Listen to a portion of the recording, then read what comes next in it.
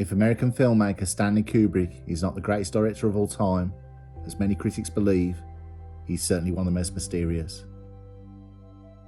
Based himself in London from the 1960s, the reclusive Kubrick turned out a string of classic films: Dr. Strangelove, 2001: A Space Odyssey, A Clockwork Orange, and Eyes Wide Shut, characterised by their dark humour, dense subtext and visual innovation. Kubrick's work has exerted both an immense influence on other filmmakers and considerable impact on our wider popular culture. But as time went on, the gaps between each film grew longer as the meticulous Kubrick began to obsess over every detail of his work. Each film became the culmination of years of preparation. The story and plots became secondary to Kubrick's more esoteric concerns. Perhaps more than any other filmmaker, Kubrick's work is analysed for its hidden meanings. The director's classic 1968 science fiction epic 2001: A Space Odyssey often appears on film critics' all-time best lists. Its exploration of mankind's evolution, being guided by an alien force, revolutionised film special effects. But it was more than just a technical feat. It was a work of art exploring metaphysical concepts, using visual metaphors and symbolism. Of all Kubrick's films, the one that has captured the public's imagination more than any other appears to be his simplest. At its release in 1980, many wondered why the great filmmaker had chosen to adapt a straightforward horror novel by Stephen King. The film puzzled critics, and King himself hated it for making inexplicable changes to his source material. That film was The Shining. It is the story of a writer named Jack Torrance, played by Jack Nicholson, who goes mad whilst acting as a winter caretaker in an isolated hotel. Early in the film, it is revealed that the previous caretaker also went mad and hacked to death his wife and children. Torrance's young son, blessed with a supernatural power named The Shining, then starts to experience visions of this traumatic event. Torrance becomes increasingly unhinged by the strange supernatural forces that inhabit the hotel and begins to experience his own troubling visions.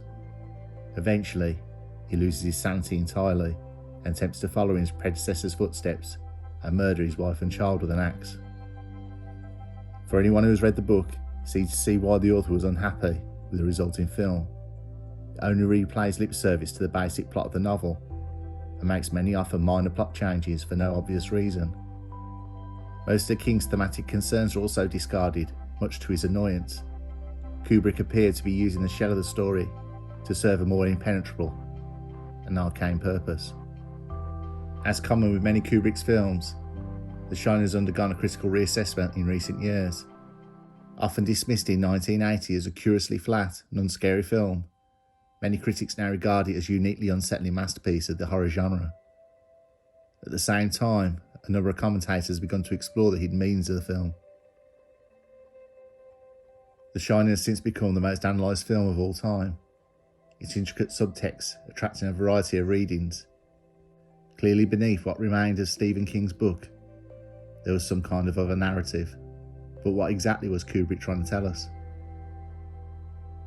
In 2012, director Rodney Asher found enough competing interpretations about the true meaning behind The Shining to justify a whole documentary film. Room 237 examines 5 of the most popular theories, allowing their authors to describe in their own words. One of the contributors of the film thinks The Shining is really about the massacre of the Native American Indians. Another that is extended metaphor about the Holocaust. A segment in the film explores a theory that The Shining Hidden's message are only revealed when it's played backwards and forwards simultaneously. Room 237 is an entertaining documentary, but the arguments set out by the various contributors are often absurd and nebulous. It's easy to read anything into something as ambiguous and dense as The Shining. It's like a mirror that reflects back at wherever you project at it.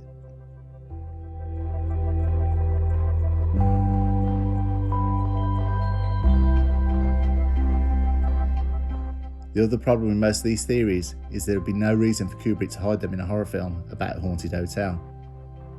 He wanted to explore the theme of the Holocaust or the American Indians, both widely covered in American cinema, there'll be no reason to be so cryptic about it. Perhaps what Kubrick wanted to tell us was something darker and more personal, something he would want or need to hide inside a film that seemed on the surface to be about something else. One contributor to Room 237 follows the reasoning, with the most outlandish theory of all. The Shining is actually a hidden confession of Kubrick, his involvement in faking the footage of the Apollo moon landings. Filmmaker Jane Weiner set out the idea before in his own full-length documentary named Kubrick's Odyssey in 2011.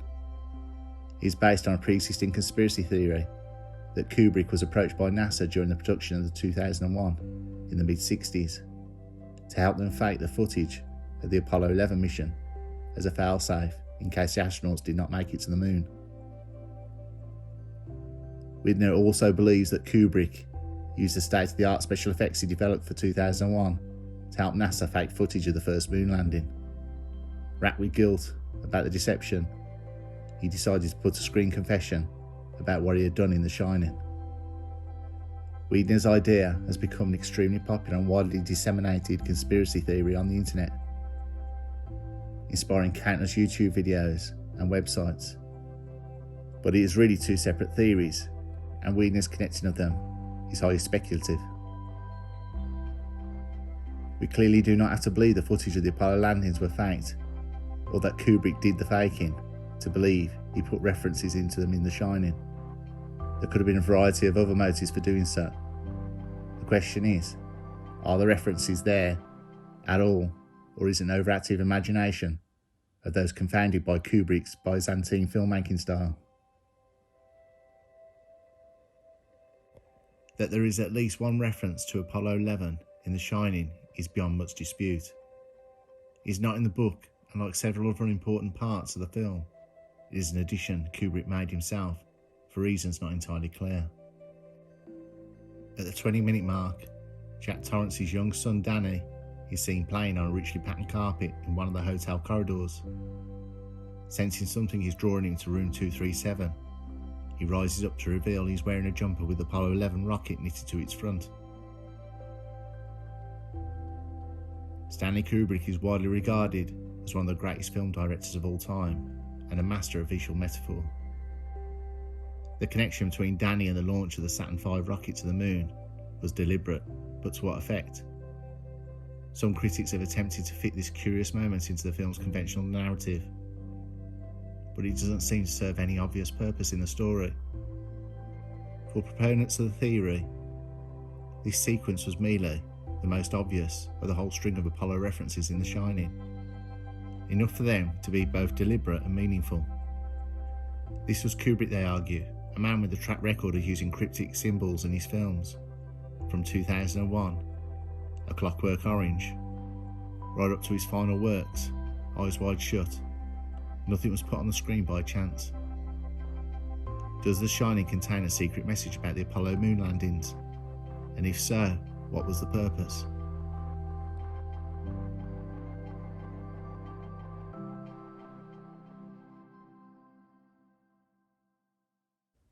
By the time Kubrick came to making The Shining in 1978 and 1979, he already had a reputation as an exacting perfectionist.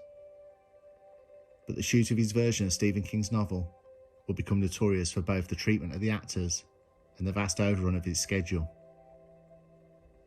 For what was ostensibly a relatively straightforward horror film, Kubrick spent a staggering 13 months on its production, most of it on the backlot of Elstree Studios in England, the home of the vast Overlook Hotel set in which most of the film's action takes place.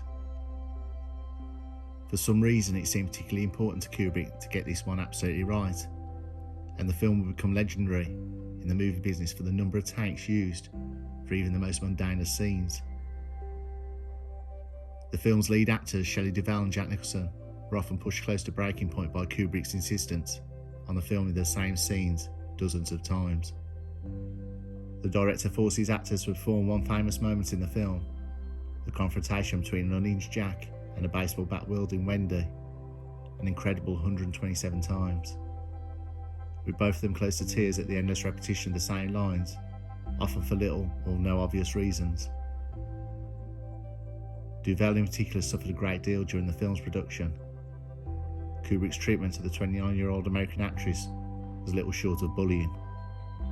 Duvel suffered from a nervous exhaustion throughout the shoot and became so ill her hair would fall out.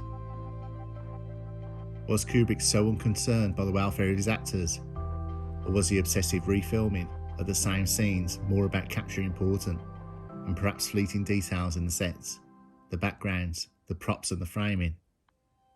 Cinematographers had the term for this, mise en scene, and Kubrick was the master of the art. Part of this came from the background as a photographer. He learnt early about using framing, scenery and props as storytelling devices, but it was rarely spontaneous. Before each project, he would undertake months, sometimes years of painstaking preparation, research and storyboarding before he filmed a single scene. Kubrick planned but ultimately unmade Napoleon film involved vast amounts of research, location scouting, photographs and storyboards, eventually amounting to hundreds of filing boxes worth of material. All of the scenes in Eyes Wide Shut, set on the streets of Greenwich Village, were filmed in meticulously recreated sets constructed on the backlot of Pinewood Studios, England. With every lamppost, sidewalk and newspaper vending machine exactly modelled on their real-life New York equivalents.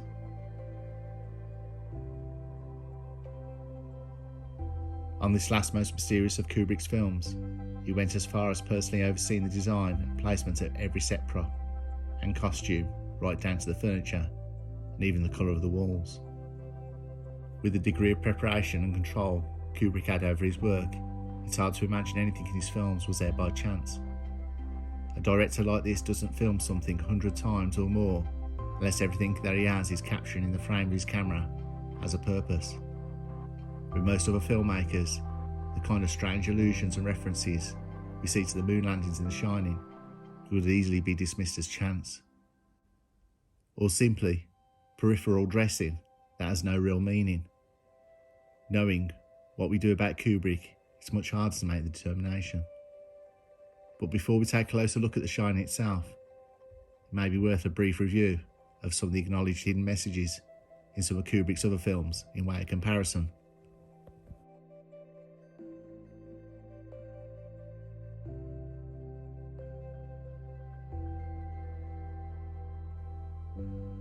As with the interpretation of any creative work, it is often a fine line between correctly finding the meaning and having one's imagination run away with itself.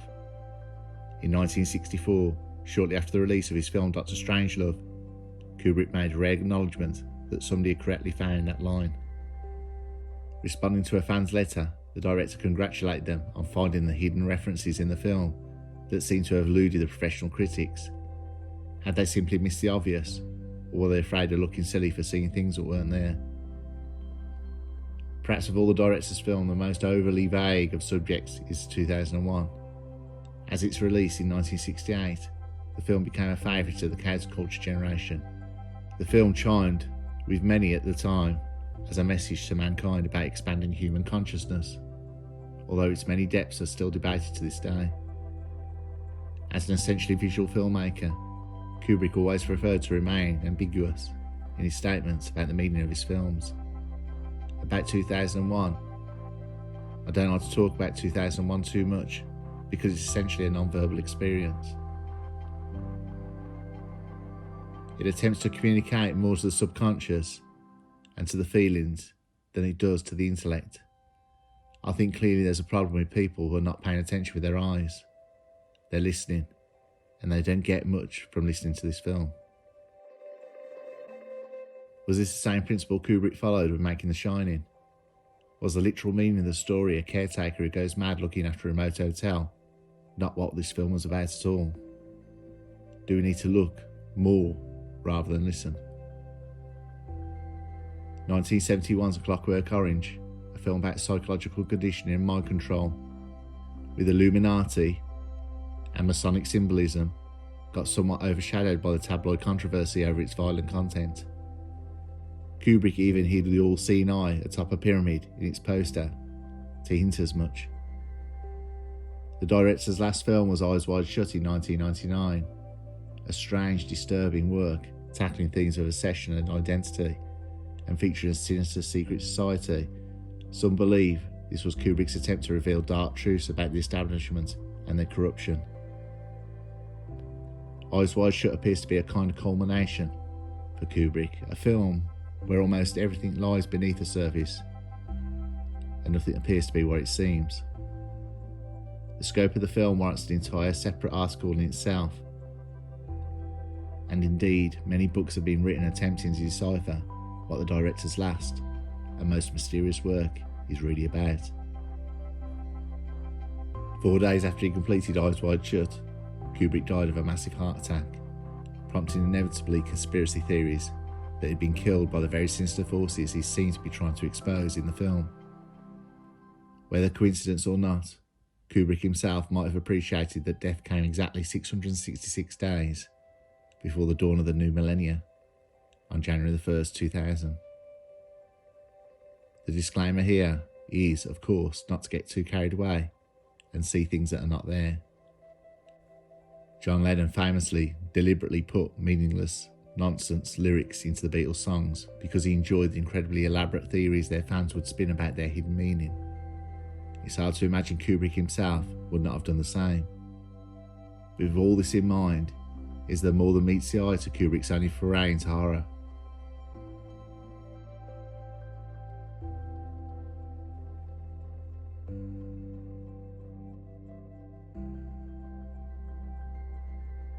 Much to author Stephen King's dismay, Kubrick removed much of what he saw as the central themes in the book, retaining just a basic sketch of its story. Why the filmmaker chose King's novel at all for his next project puzzled many critics at the time. Perhaps if Kubrick wanted to make some kind of obscure statement about the moon landings under the guise of a popular horror film, he simply chose The Shining for the punning name, as in The Shining Moon. It seems unlikely, but then Kubrick always loved puns and wordplay. To further indulge the idea, Kubrick may have included subtle moon-related wordplay in his film. We have the curious case of Billy Gibson. Gibson played the hideous crone who Jack Nicholson's character encounters in the bathroom of the mysterious room 237. Whoever Billy Gibson was, she was not an actress. She has no other credits in IMDb other than this film. Some accounts have it she was simply an old lady Kubrick knew. But why she was cast in one of the film's most disturbing scenes remains a mystery. Intriguingly, there is one other Bill Gibson listed on IMDb, with only a single credit to his name. That credit is the director of the official documentary of the moon landings, 1969's Footprints on the Moon, Apollo 11. Gibson is an obscure figure. What little information about him suggests he was a military photographer and filmmaker who worked for NASA in the 1960s. Kubrick, who collaborated closely with the space agency during the making of 2001, may well have known Gibson.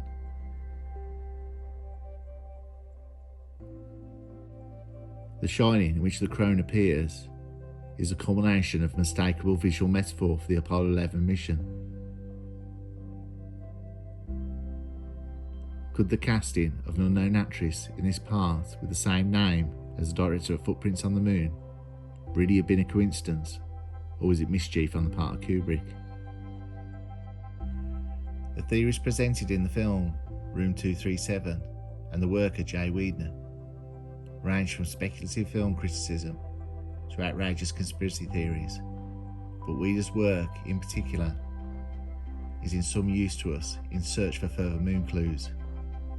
The central thesis of his 2011 documentary Kubrick's Odyssey, that Kubrick had helped NASA to fake the moon landing footage and then put a coded confession into the film The Shining, is of course somewhat imaginative.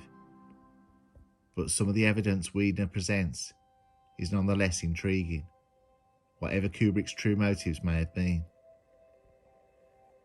Kubrick's Odyssey argues that the father and son characters of Jack and Danny Torrance represent a duality with Kubrick himself. Danny, the innocent boy with the unique gifts, is Kubrick, the creative genius, invited by NASA to take part in the biggest filmmaking challenge in history, faking the moon landing. Where the dishevelled figure of struggling writer Jack and his terrible descent into madness represent the grim, corrupting reality of the toll of Kubrick's part in the deception took on him. The director's continued use of mirrors and mirror images in the film might provide, at least on an artistic level, some further affirmation for this interpretation.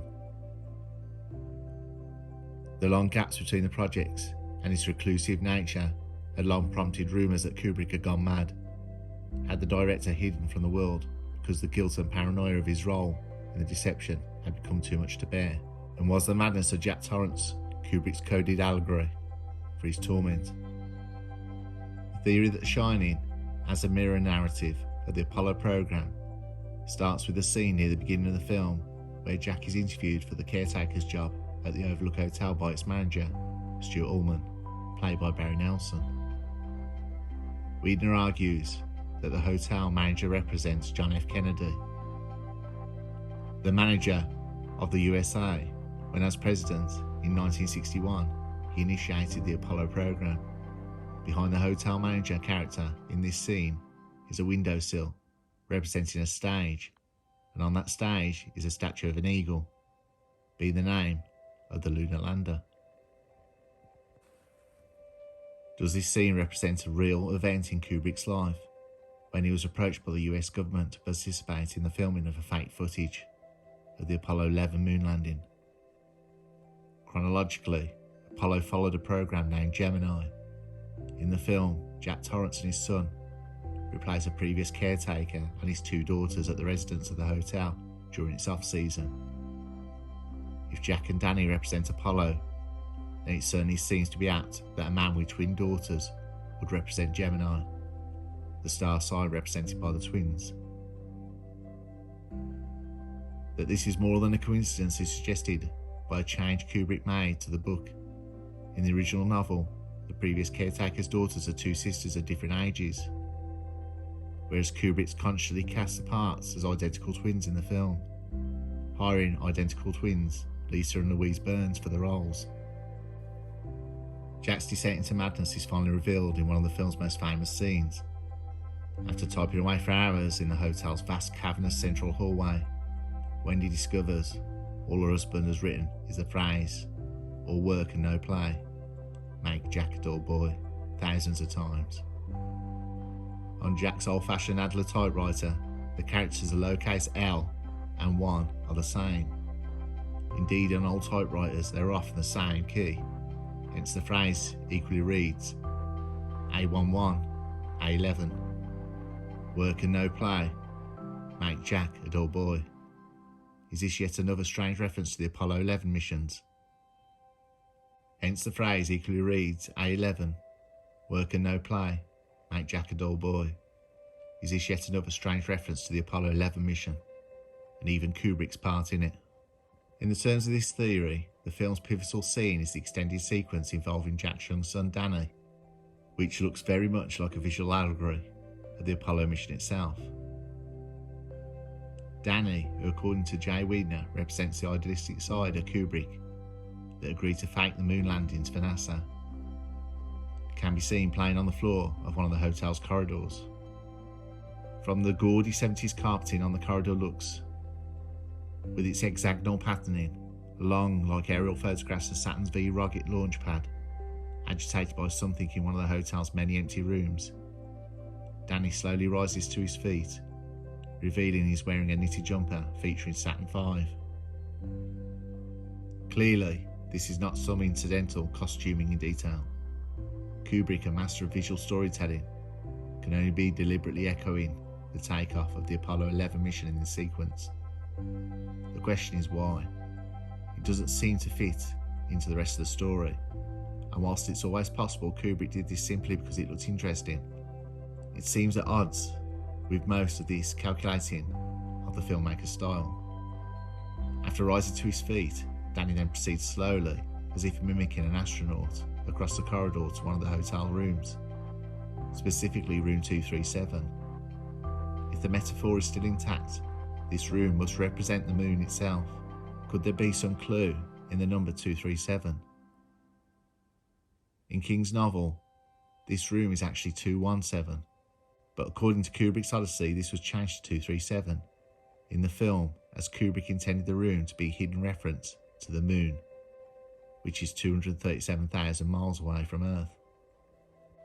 While some critics argue that the moon is actually 238,900 miles away from the Earth, the illusion is not entirely invalid. Some old science dictionaries and textbooks, which Kubrick may have used during his research for the film, do list the distance as 237,000 miles. What happens to Danny in room 237 is never shown. Only the aftermath. Distressed and with his Apollo 11 jumper torn, Danny returns to his parents, refusing to speak about what had occurred. This certainly seems to fit the theorised hidden narrative that Danny represents a young Kubrick, scarred by his involvement in the moon landing conspiracy.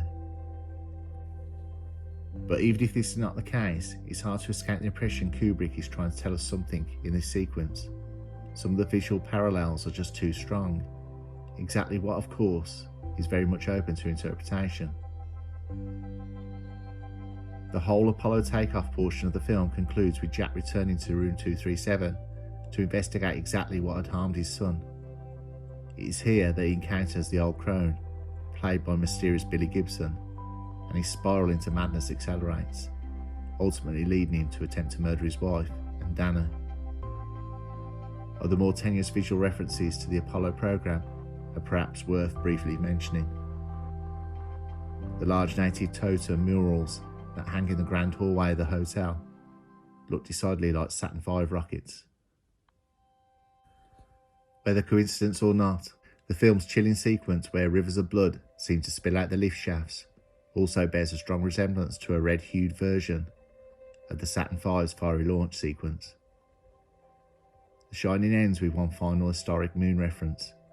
In the film's closing shot of an old black and white photograph, we see Jack Torrance at the centre of a crowd of partygoers in the hotel's ballroom.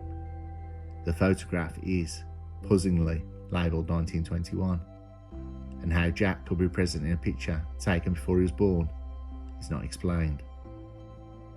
Jack's pose in this photograph echoes the traditional depiction of the medieval, demonic idol Baphomet. One hand angled towards and one upwards. The comparison is in no doubt helped by Jack Nicholson's famously devilish grin.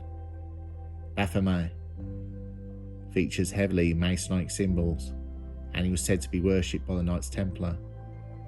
The most common illustration of the deity in the 19th century features the goat-headed figure pointing directly at the moon.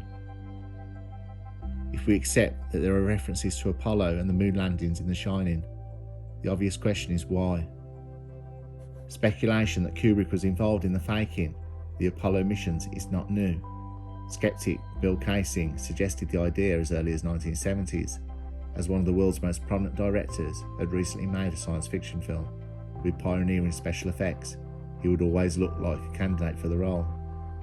Did Kubrick simply insert some of his material into The Shining by way of a jokey acknowledgement of this?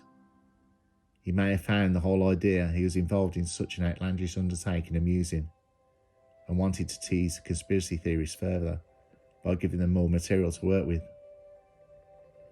Another more mundane explanation is that Kubrick had already worked closely with NASA during the making of 2001. Did indeed work with them on some other classified project. The director may have been forced to sign a non-disclosure agreement that forbid him to acknowledge his involvement. The subtle nods in The Shining were therefore his playful way of breaking that agreement without getting into too much trouble. That leaves us with one final, sensational alternative. Jay Weidner was right, and Stanley Kubrick did indeed film the footage of mankind's greatest achievement on a Hollywood soundstage. If The Shining is really encoded confession to this, then it's surely one of the most artful and confounding confessions ever made.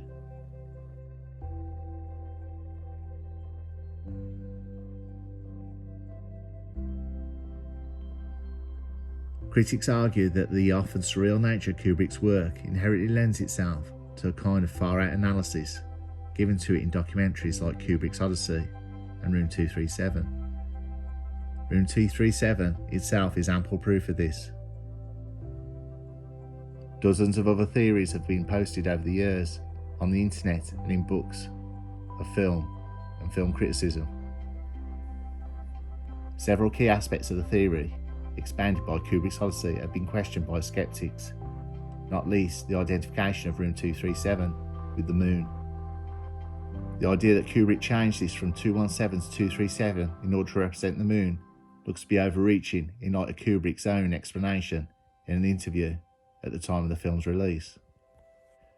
The director was simply asked by the management of the Timberline Lodge in Oregon, which doubles the exterior of the Overlook Hotel in The Shining, to change the malevolent room in King's novel to the non-existent Room 237 in order to avoid putting off superstitious guests.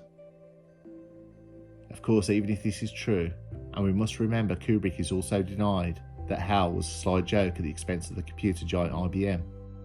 The change from sisters to twins also cited as a reference to the Apollo precursor program Gemini, but could equally just be because it makes a more sinister image of a horror film. The creepy look of the twins in the film is actually based on a well-known photograph of Diane Arbus that predates both the film and book. The closing image of Jack Torrance in what appears to be a pose similar to the moon deity was also not created especially for the film. Kubrick instead airbrushed Nicholson's face into an old stock photograph of a group of party revellers from 1923. Whatever the truth about these references, it's entirely unclear what any of them really mean, and if there wasn't already an existing conspiracy theory that Stanley Kubrick had helped NASA fake the moon landings, it seems unlikely anybody would have made the connections between The Shining and Apollo in the first place. It's impossible to prove one way or another that Kubrick really intended The Shining to be about a personal confession to a dark secret, or the tale of a man who goes mad in a haunted hotel, and any number of possibilities in between. The truth, if there is one, went with Kubrick to his grave. But like any other work of art, truth is also something invested into it by the viewer. In a sense, all of the many interpretations of The Shining are valid, the secrets of the film ultimately lying in the eye of the beholder.